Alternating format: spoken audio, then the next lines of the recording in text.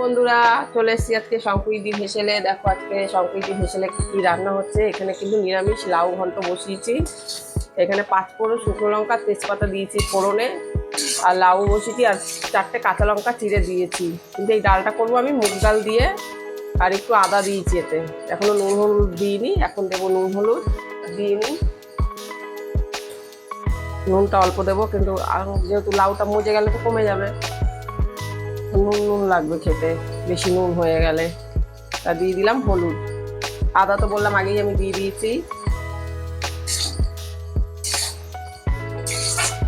এই নিরামিষ লাউ ঘন্ট খেতে কিন্তু ভীষণ ভালো হয়, আমরা মাঝে মধ্যেই করে খাই। এটা দিয়ে দেবো এই যে ভেজে রাখা মুগ ডাল, দিয়ে আমি নেড়ে 10 মিনিট ঢেকে রাখবো। 10 মিনিট পর আমি আসছি। বন্ধুরা, আবার চলে এলাম আমার হেসেলে। দেখো ঘন্টটা রেডি, কিন্তু এখনো বাকি আছে মিষ্টি।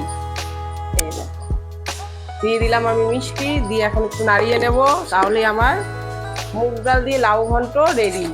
এটা কিন্তু নিরামিষ রান্না, ভীষণ টেস্টি হয় খেতে। রুটি দিয়ে বলো, ভাত দিয়ে বলো, সব দিয়েই ভালো লাগে খেতে এটা। আমার তো ভীষণ ভালো। এই যে তৈরি হয়ে গেল আমার মুগ ডাল দিয়ে লাউ ঘন্ট। দেখো খুব সুন্দর হয়েছে, দেখতেও সুন্দর, খেতেও সুন্দর, দুটোই সুন্দর হয়েছে।